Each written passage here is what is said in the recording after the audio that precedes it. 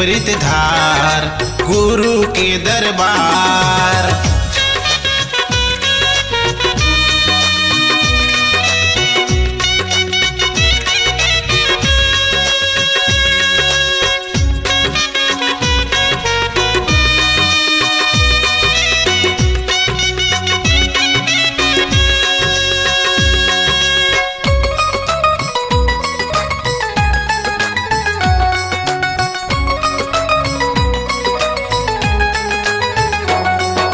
नारियल ध्वजा चढ़ायो बाबा ला खंभा तोर मन भाए। गुरु चढ़ायो गुरु नरियर गा चंदन खड़ा उमड़ायो।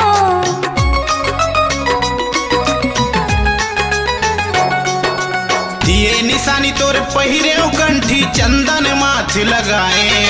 अंगना में जोड़ा खाम गड़ा के साथ झंडा फहरायो।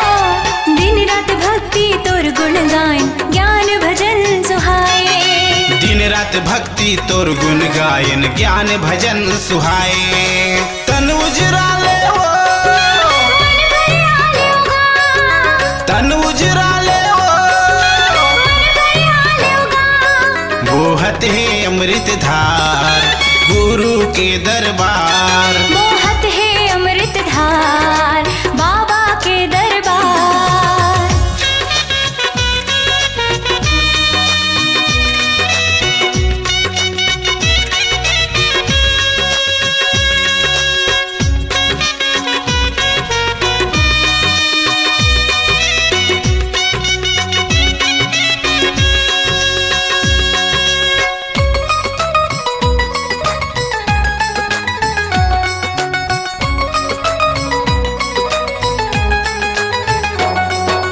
बंदाओं में गा गिरो के माटी सत के अलग जगा दे। चंदन कस है माटी हाँ के माथ मायला लगा ले।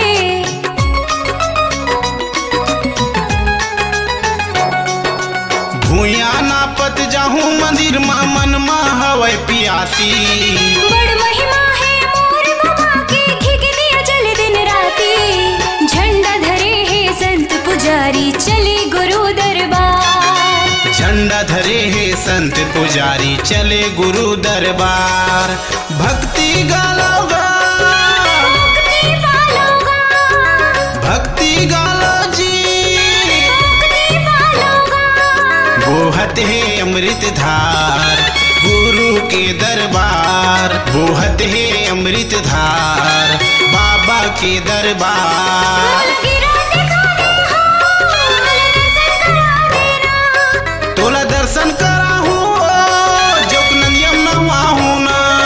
बोहत है अमृत धार बाबा के दरबार। बोहत है अमृत धार गुरु के दरबार। बोहत है अमृत धार बाबा के दरबार। बोहत है अमृत धार गुरु घासी के दरबार।